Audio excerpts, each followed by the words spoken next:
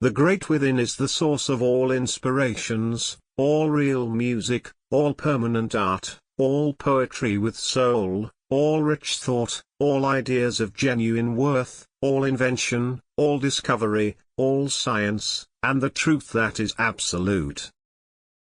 Everything that has worth, be it in a small degree, or in a very great degree, comes directly from the richness of the subconscious.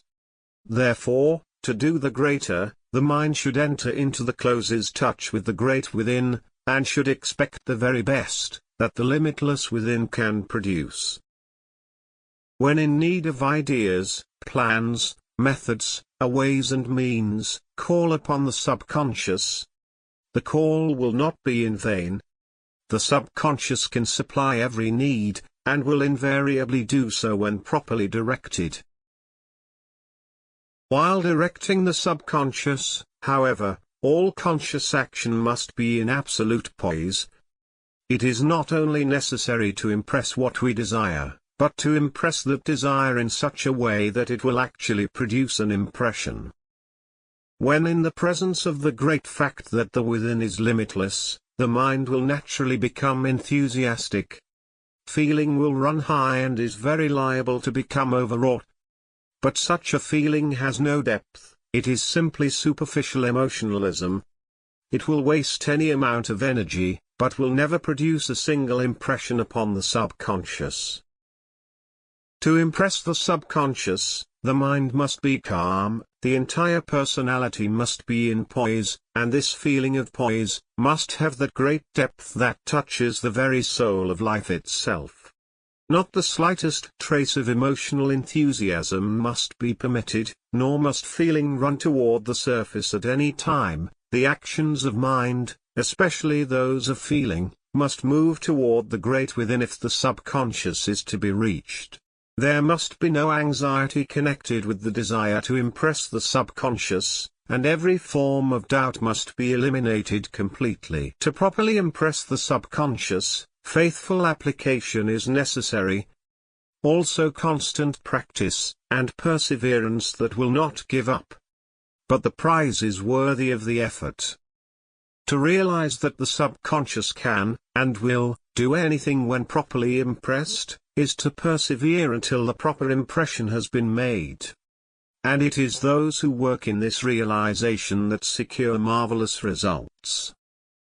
To eliminate the tendency to feel emotional while acting upon the subconscious, cultivate the substantial feeling.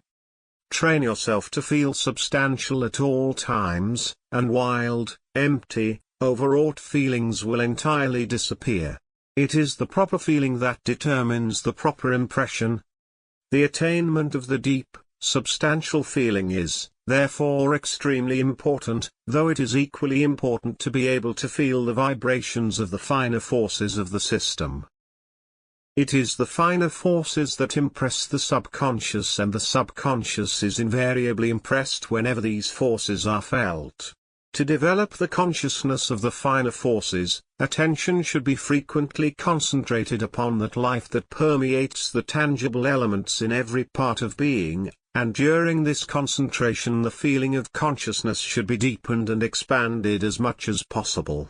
Every conscious action should be trained to penetrate to the very depth of life, and during this process the mind should act in the realization that the more deeply it penetrates any element in the personality, the finer will be the forces into which consciousness will enter. To awaken or arouse any force or element, attention should be concentrated upon that state in which the desired force, or element is known to exist, and the mind should think of the nature of that force or element according to the best possible understanding that can be formed of that nature. The same method may be employed in the development of the subconscious side of any desired faculty or talent. The creative energies of the system always build up those qualities of which the mind may be thinking. Therefore, to actually and continually think of the real nature of a great talent, is to develop that talent into the same degree of greatness that is discerned in mind.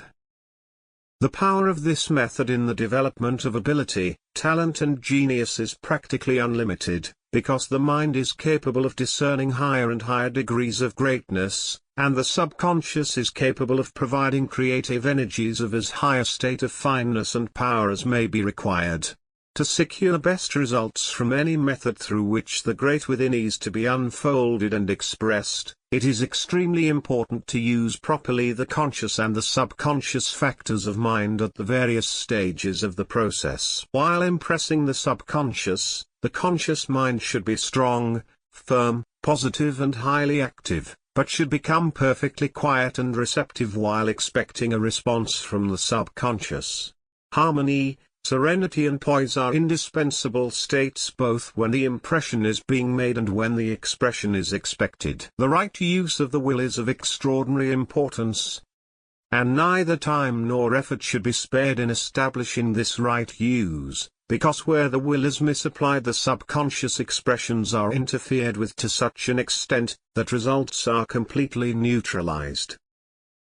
While the subconscious is being impressed, the will should act firmly and directly upon that consciousness that is felt in the subconscious, but when the subconscious is expected to respond, he will should be relaxed into a state of complete inaction.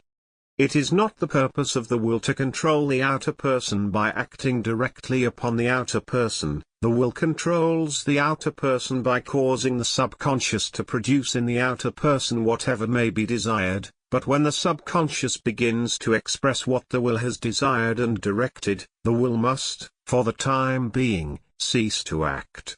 The true function of the will is to act upon the finer states of consciousness, that is, the subconscious states, those states that are felt in the deeper life of the personality or the mentality, and while in such action, to impress upon the subconscious those causes that can produce the desired effects. When these causes have been impressed, and the time has come for the expected results, the will must withdraw so that the personality may become sufficiently receptive to give the subconscious response the fullest and freest possible expression.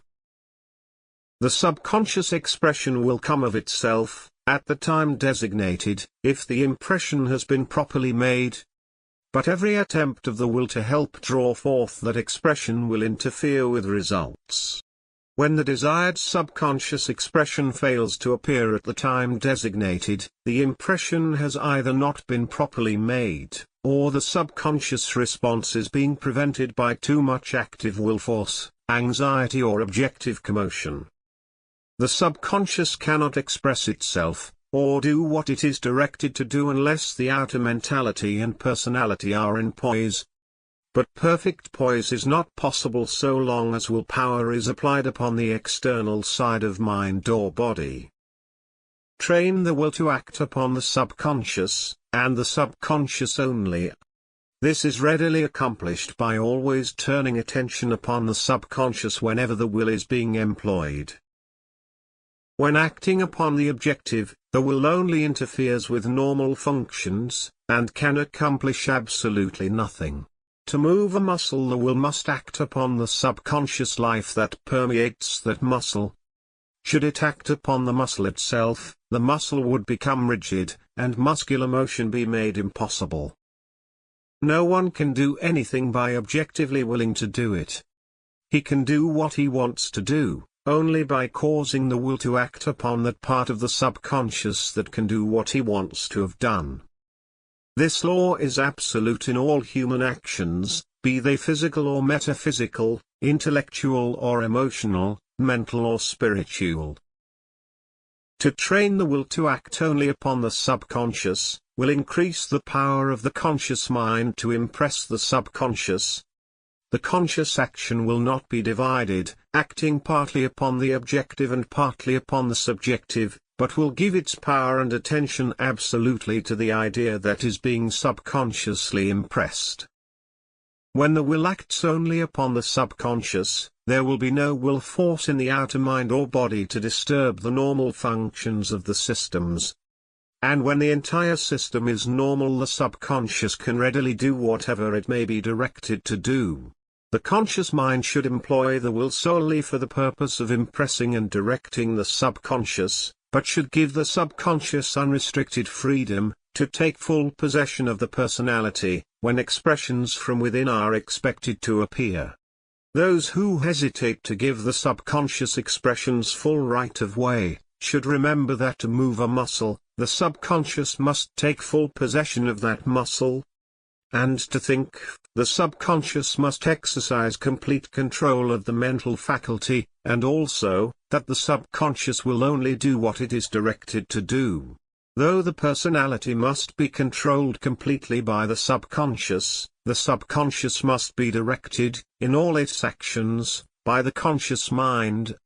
Therefore, the wide-awake self continues to be the master.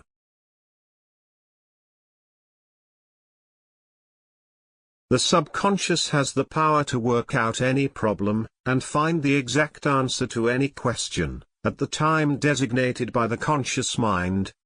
In fact, no problem is ever worked out by the conscious mind alone. The subconscious gives the real secret in every instance, though it is the conscious mind that makes the practical application. To secure direct and the fullest assistance from the subconscious when there are problems to solve, form a clear, distinct idea of what you wish to know, and impress that idea upon the subconscious with a deep, strong desire for the information required. Have perfect faith in the faith that you will receive the answer, and you will.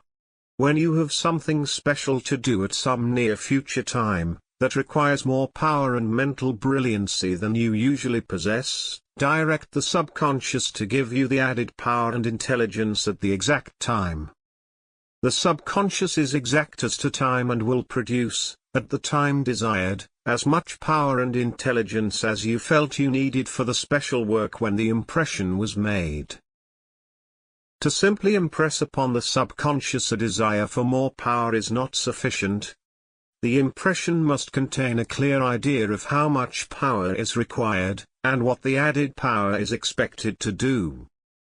While the subconscious is being impressed for more power, the mind must try to discern and feel the life of more power, and the amount of power that is discerned while the impression is being made, the subconscious will express at the time fixed for the expression. Whenever an impression is made upon the subconscious, the conscious mind should try to gain the very highest and the very largest conception possible of the idea that is being impressed. And the more clearly the conscious mind discerns the largeness, the worth and the superiority of that idea, the larger, the worthier, and the more superior will be the corresponding expression brought forth from the within.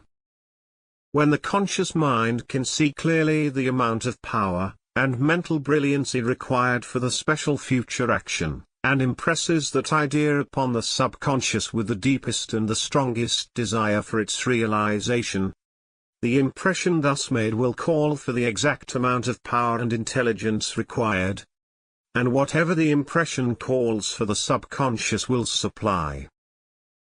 The law is this, that the subconscious will respond with the exact quality, and the exact quantity that you were conscious of, or that you can mentally discern, and feel at the time the impression is being made. It is, therefore, extremely important to elevate the conscious mind into the largest and the most superior states of thought and feeling possible, before an effort is made to impress the subconscious. In fact, this is the real secret in directing the subconscious to express a larger quantity and a higher quality than we ever received in tangible life before. To live constantly in the deep, interior feeling of greater power, greater intelligence, greater personal worth, and greater mental brilliancy, is to constantly call upon the subconscious to produce these things in larger and larger measure. And the subconscious will invariably do whatever it is called upon to do. Though we should not live in the future in the sense that the mind dwells wholly in the thought of the future, nevertheless, we should always plan ahead. Place your future plans in the hands of the subconscious. Impress upon the subconscious what you wish to have done tomorrow, next week, next month, or even next year. then direct the great within to work out the best plans, the best methods possible, and to give your faculties the understanding and the power to carry out those plans to the most successful termination. When there is something upon which you cannot decide, inform the subconscious that a definite decision is desired at such and such a time. Impress clearly and deeply the facts on all sides concerned, and know that the great within can give the desired decision at the time stated. When this time comes, you will receive your answer through the feeling of a strong, irresistible desire to take one particular course, and that alone. While the answer is being expected, no anxiety should be felt, even though the last minute should arrive before anything definite appears. The mind that continues in serenity and faith will receive the right answer before it is too late. But the anxious mind will, through the confusion produced by the anxiety, prevent the subconscious from giving expression to the desired information. When two antagonistic decisions appear at the time fixed, the subconscious expression has not been given full right of way. One of these decisions will be of the conscious mind, who judges according to appearances. The other will be of the subconscious, who judges according to facts, but which may seem difficult to discern.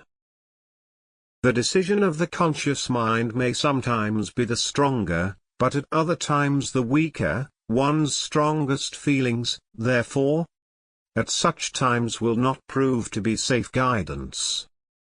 To re-impress the subconscious for an immediate and a definite decision, is the proper course to pursue under such circumstances, and if the conscious mind is kept quiet, in faith, the true answer will shortly appear. You will then feel a strong desire to take but one course, and will lose all desire to even think about the other, because when the subconscious action is given full and free expression, everything that is antagonistic to that expression will cease to exist.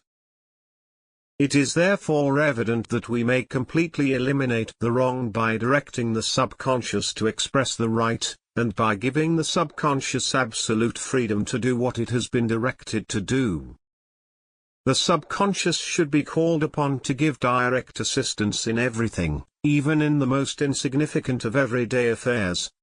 This practice will not only cause all things to be done better and better constantly, but the conscious mind will be more thoroughly trained to impress the subconscious for anything desired, and the subconscious mentality will be perpetually enlarged along all lines.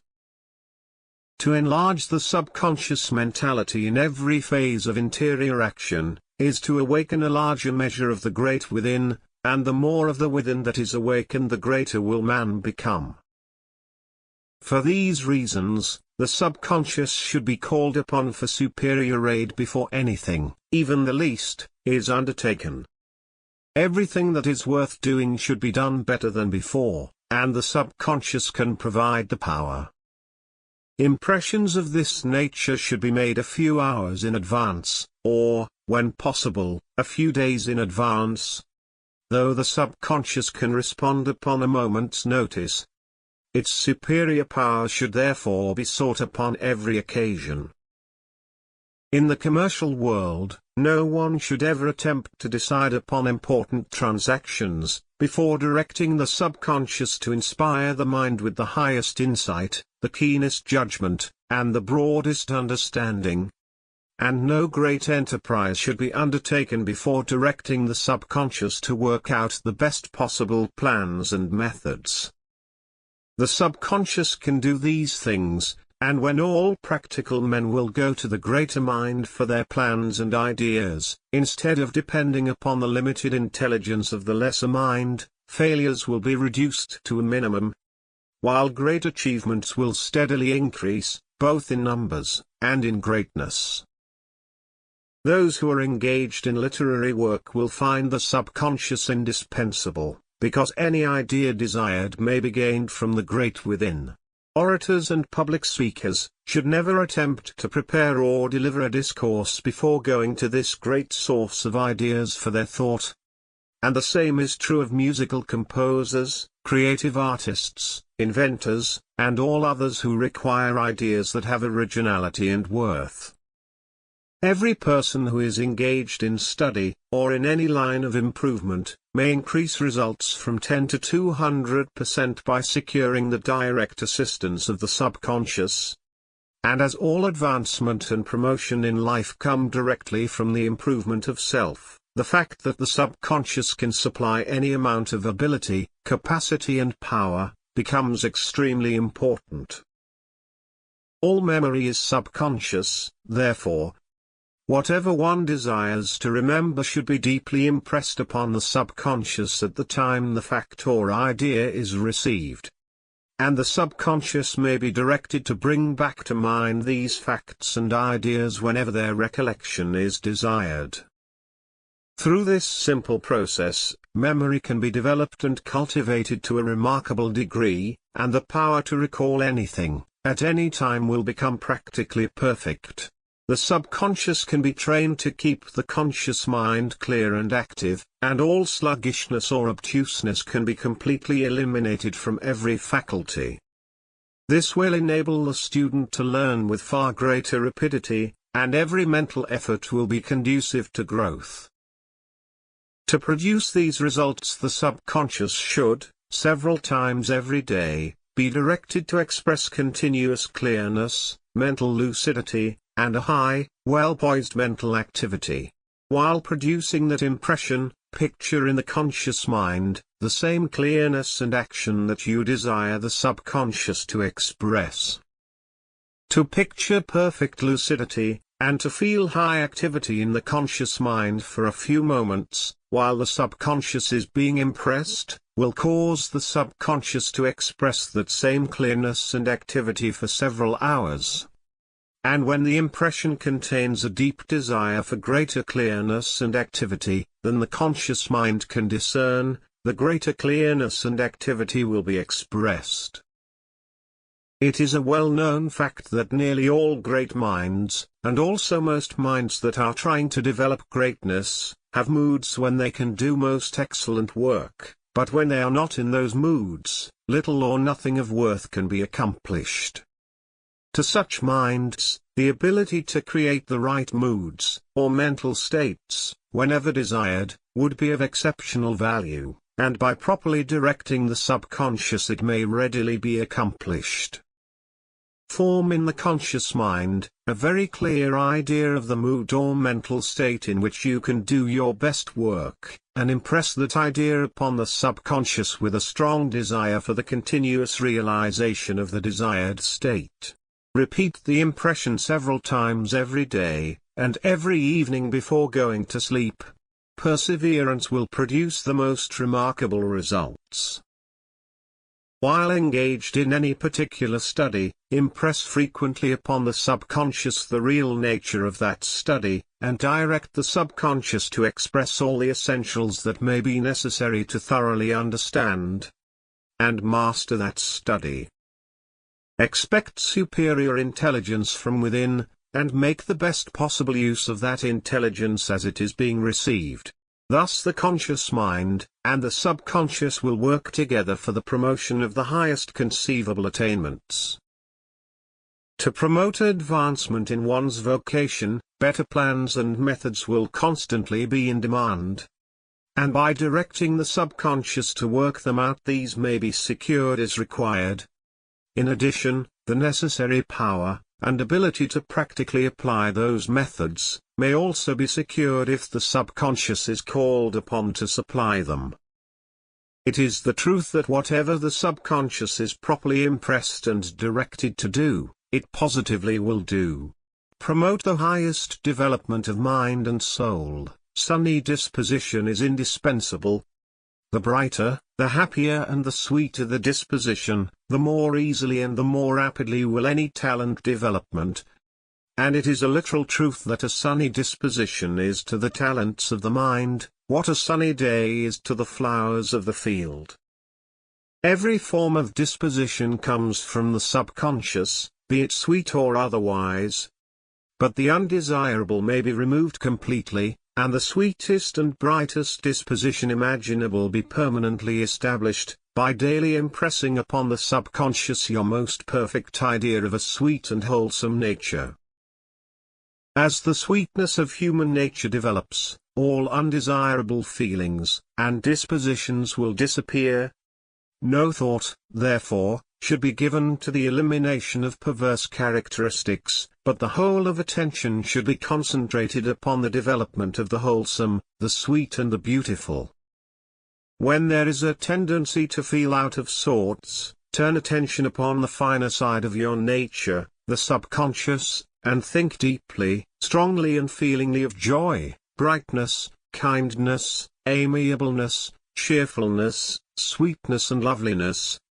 Try to enter into the very life of those states and feel that your entire nature is being recreated in the image and likeness of all that is sweet and beautiful.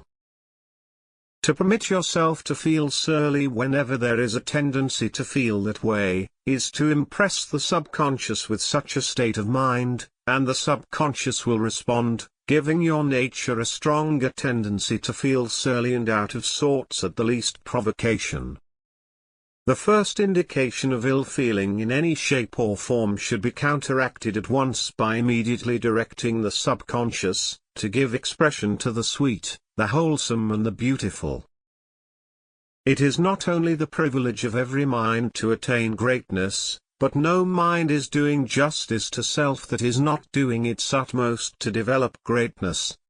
And since a sunny disposition is absolutely necessary to the steady development of ability, talent and genius, neither time nor effort should be spared in recreating the subconscious, so completely that every part of its vast domain is permeated through and through with the highest order of human sweetness, and mental sunshine. To recreate the subconscious mentality, in the likeness of higher ideals, every impression given to the subconscious should have a soul. It is the conscious realization of soul that gives quality, worth, and superiority to everything that appears in human life. The reason being that the soul is superiority, and that everything gains superiority that comes in conscious touch with the soul. To feel the soul is to feel the life of real worth, and to impress that feeling upon the subconscious will cause the subconscious to give real worth to every part of the personality. The subconscious should be directed daily to give worth and superiority to the entire being of man. And this it positively can do.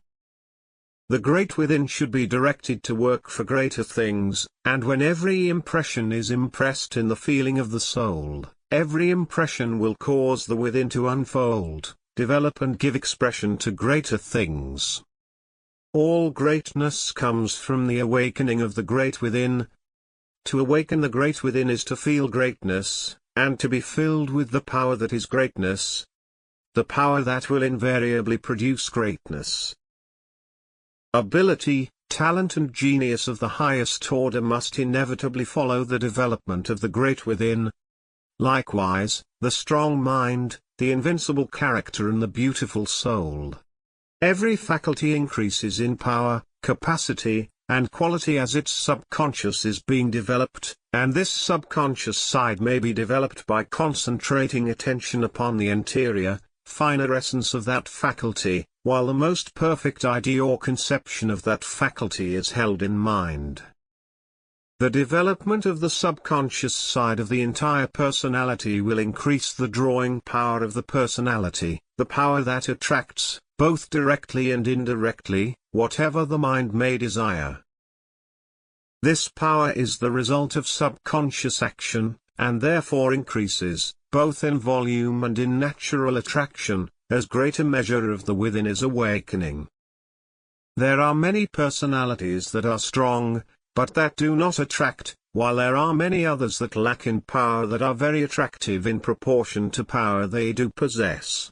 The cause of former condition is an awakened subconscious life that does not receive free and orderly expression. The cause of the lot condition is a limited subconscious in that is not disturbed nor hindered in expression. To steadily increase subconscious action, and give that action a well-poised expression will cause the personality to become practically irresistible in its power of attraction. The drawing power of the subconscious lies in its ability, not only to give extraordinary power to the personality, but also to produce ideas that draw, plans that draw, methods that draw and systems that draw.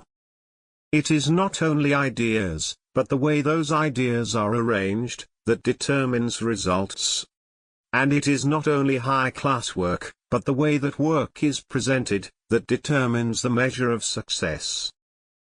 The best ideas may be ignored completely by the world, and the best work may have to be abandoned through the lack of appreciation, and the subconscious life that is expressed through those ideas, or efforts is at fault. Direct the subconscious not only to give you the best ideas, the best plans and the best methods, but also direct the subconscious to give the proper expression to those ideas and methods.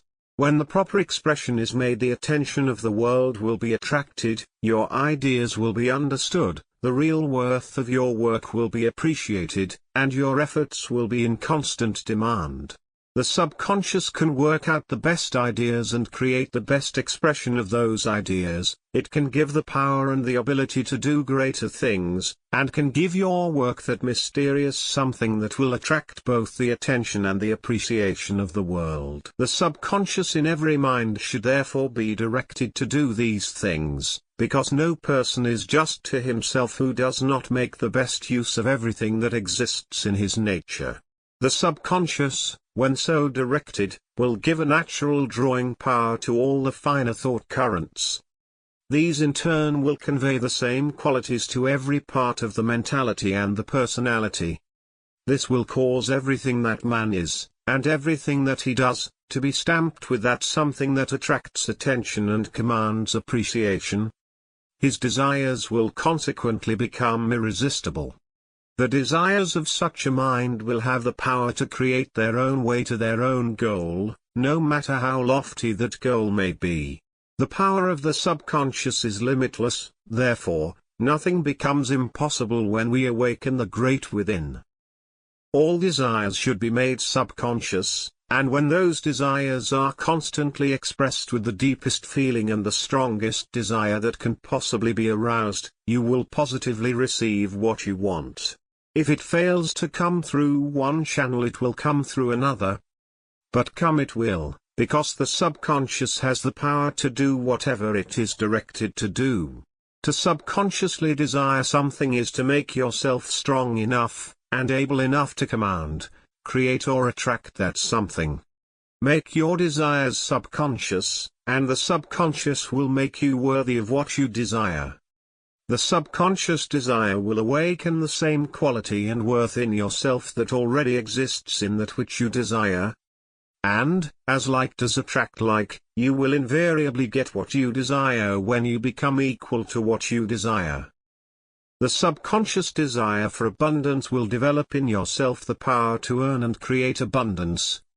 It will increase your earning capacity at will, both directly and indirectly, change your personality so that you will be naturally drawn into environments and associations where you can make the best possible use of that increase of capacity. The subconscious, being limitless, can work out ideas and plans that you can use in your present position in furthering your desire for the better position. The subconscious, if directed, will find a way, especially so if the desire is very deep and very strong. And you will also receive the power and the ability to do whatever that way may demand. It is therefore evident that whatever a person's conditions or circumstances may be today, the subconscious can, and will, open the door to something better, providing there is a strong subconscious desire for something better. When the conscious ego, which is you, yourself, enters the subconscious during sleep, there are two objects in view. The first object is to carry into the subconscious the new ideas that are formed during the day, and the second object is to recharge the system with life, power and energy.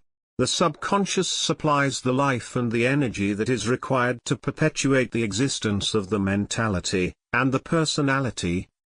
But to receive this energy, the conscious ego must enter the subconscious, and should remain there, uninterruptedly, for 6 or 7 hours out of every 24, to secure full measure of power. When sleep is interrupted, the personality does not receive as much life as may be required to keep the system in the fullest and most perfect action.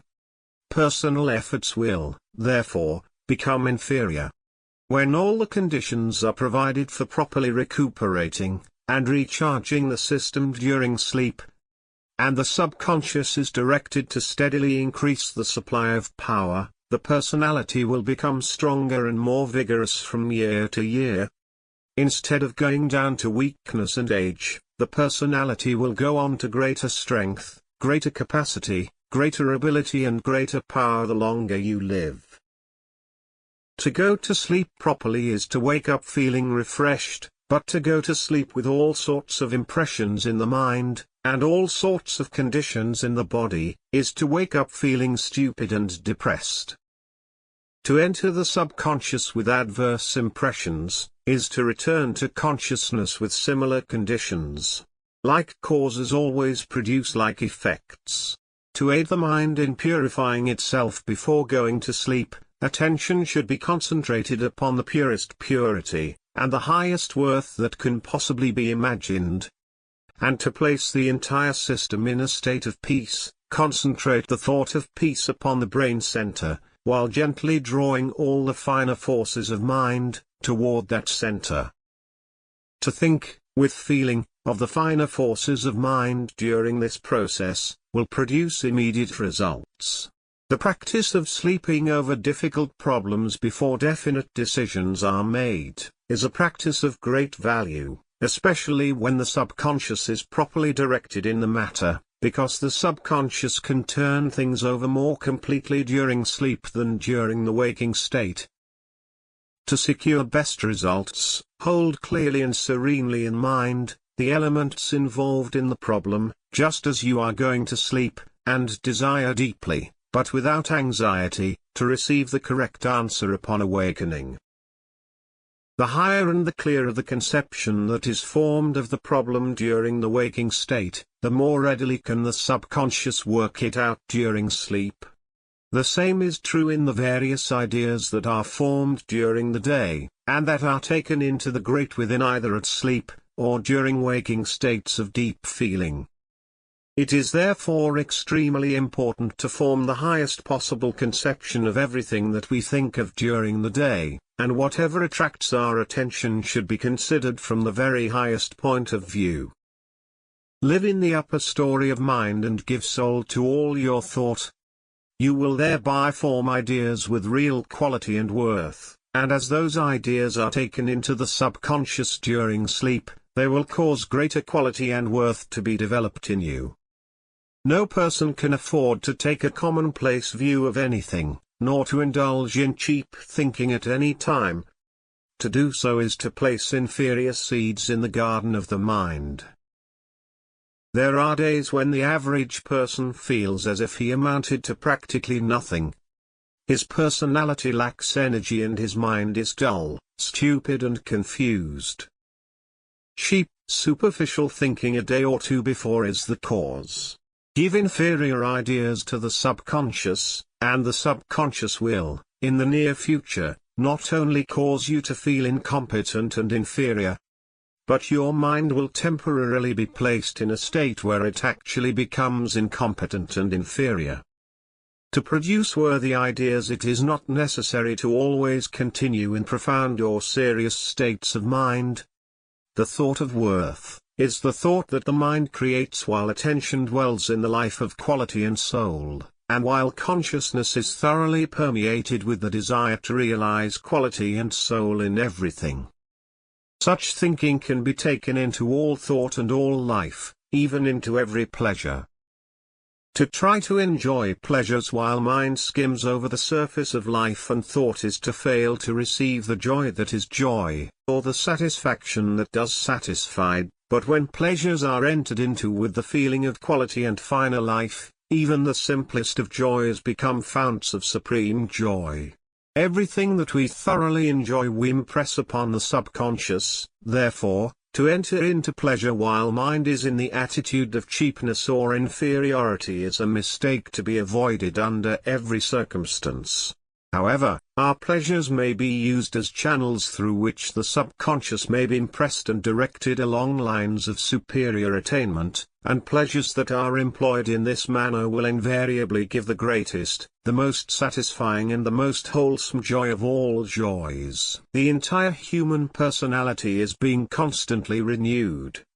There is nothing about mind or body that can possibly become old, except the appearance, and the appearance of age is caused by a wrong subconscious process. The process of perpetual renewal is carried on by the subconscious, but it is what the conscious mind gives to the subconscious that determines both the quality and the appearance of the personality.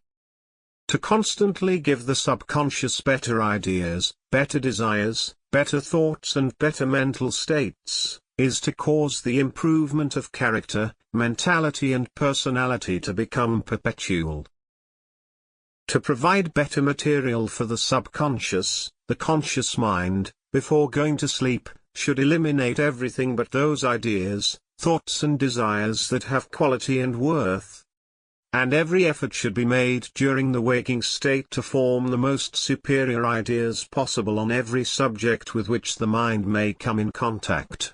Never go to sleep discouraged, nor with the thought of failure in mind. To fear failure while going to sleep, is to impress the subconscious with the idea of failure, and the subconscious will respond by producing conditions in the system that are failures. The system will, consequently, fail to be its best, and will lose ground, more and more, until real failure takes place. To go to sleep discouraged, disappointed, worried or depressed, is to impress the subconscious with weakening tendencies. These will cause the subconscious to express conditions of weakness in every faculty, and in every part of mind or body. The tendency downward in any career originates invariably in depressed subconscious states, the majority of which are taken into the subconscious as the mind goes to sleep. Every tendency upward and onward toward higher attainments, and greater achievements, originates in constructive subconscious states. And it is possible for anyone to produce such states at will. By going to sleep with strong, clear ideas of health, harmony, power, advancement and success, clearly held in mind, the causes of those things will be formed in the subconscious, and the effects will invariably appear in external life. Your health will at once begin to improve, more power will appear in mind and body, capacity will increase, all your talents and faculties will be filled with the spirit of success, and will consequently, do far better work than ever before. To continue, for weeks and months, the practice of giving soup/higher ideas of all kinds to the subconscious, upon going to sleep, will cause the character, the mentality and the personality to improve to such an extent that, in comparison with your former self, you will actually become a superior being. When the subconscious is given something special to do every night, sleep will become more restful. The subconscious always works during sleep, but will work more orderly when given something definite to do. After the subconscious has been properly directed, no anxiety should be felt as to results. Perfect faith in the law, with that quiet assurance that knows, will give the law the proper conditions through which the desired results can be produced. When we go to sleep in states of discord, the mental material becomes confused and incoherent mental formations are produced. These are sometimes remembered as disagreeable dreams. All such formations are produced by confusion among the subconscious creative energies, and indicate that the true state of sleep was not entered completely, also that the subconscious was not properly impressed the night before. Orderly and coherent dreams may indicate what tendencies are at work in the subconscious, and whether desirable or undesirable conditions are being formed. Because a dream is always a partial memory of what is taking place in the subconscious. By noting this fact, undesirable conditions may be counteracted, and removed before they advance sufficiently to produce tangible results.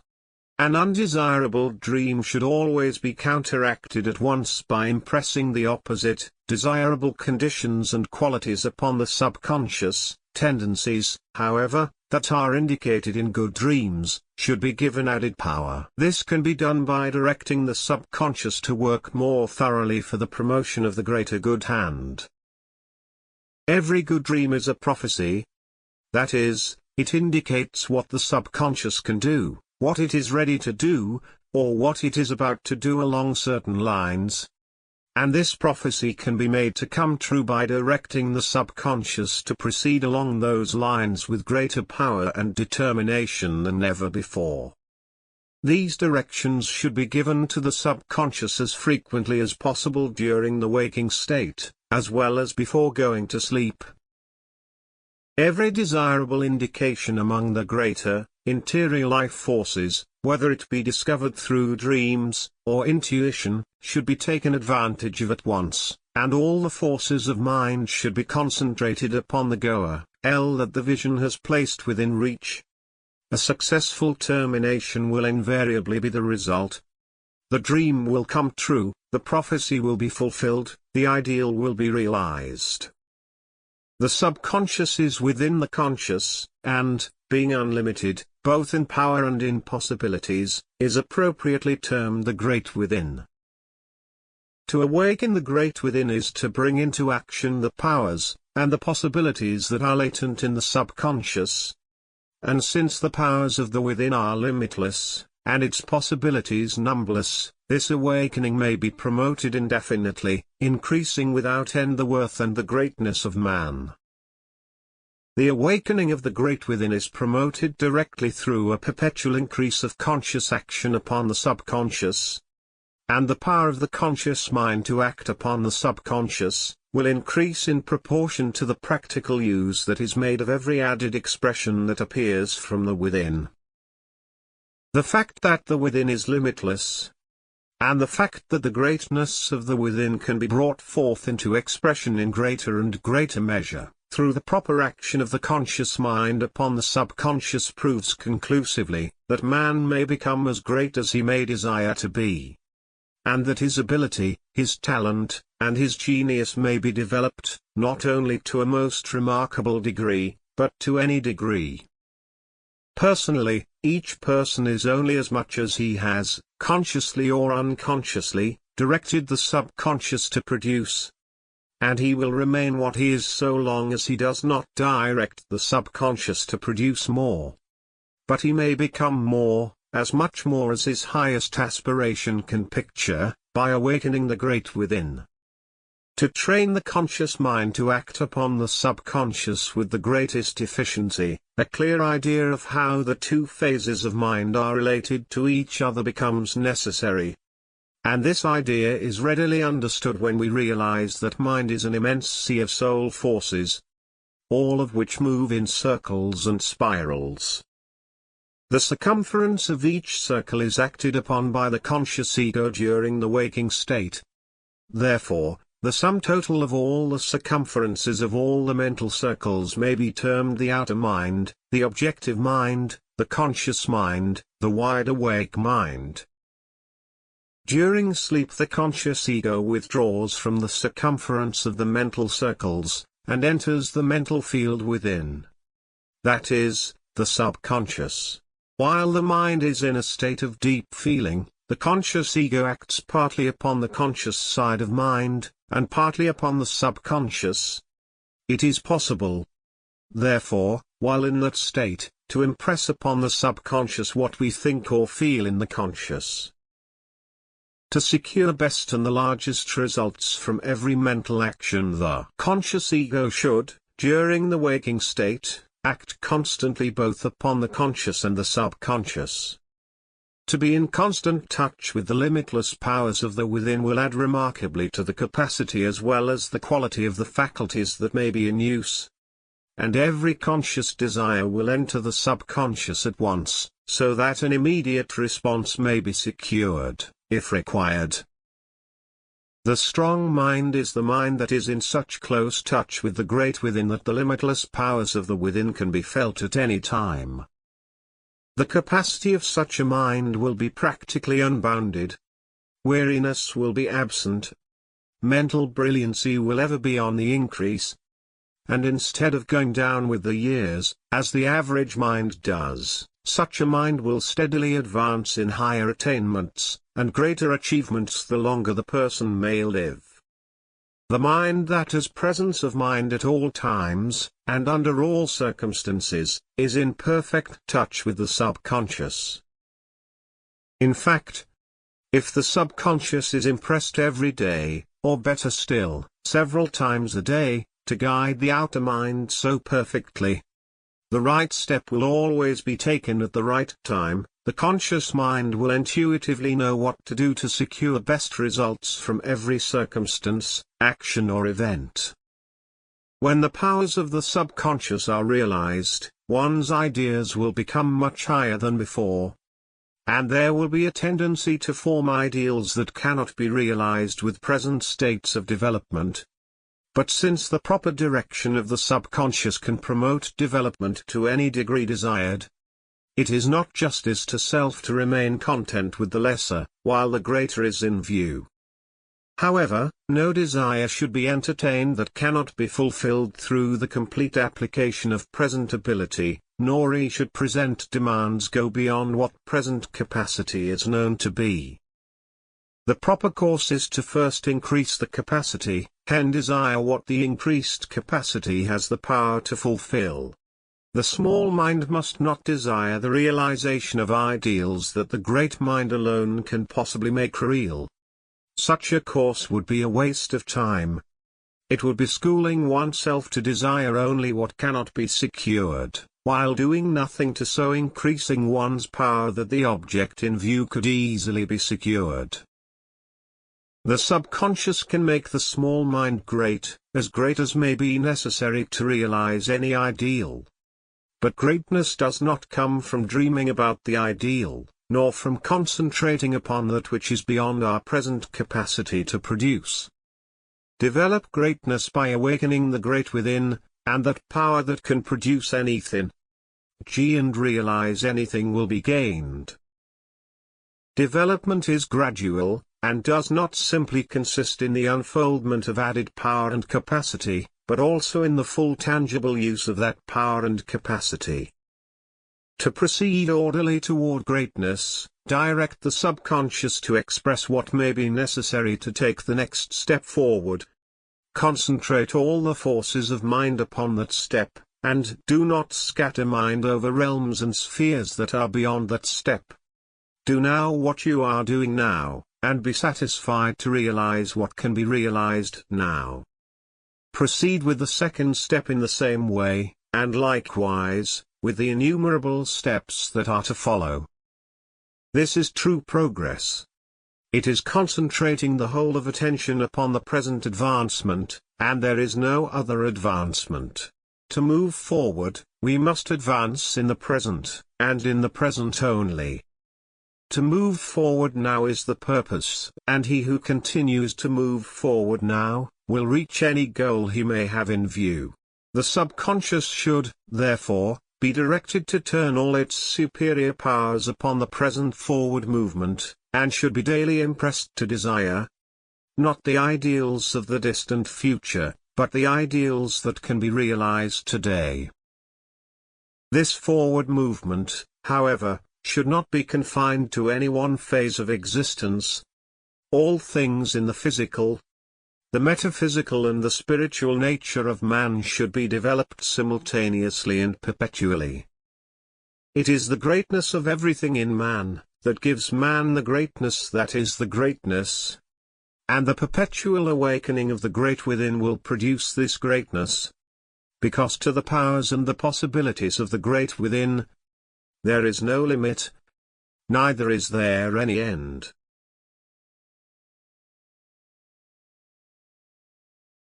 This is the end of the audiobook The Great Within by Christian D. Larson. For more audiobooks by Christian D. Larson, subscribe and like the New Thought Wisdom channel. Thank you for supporting this channel. This is the end of The Great Within by Christian D. Larson.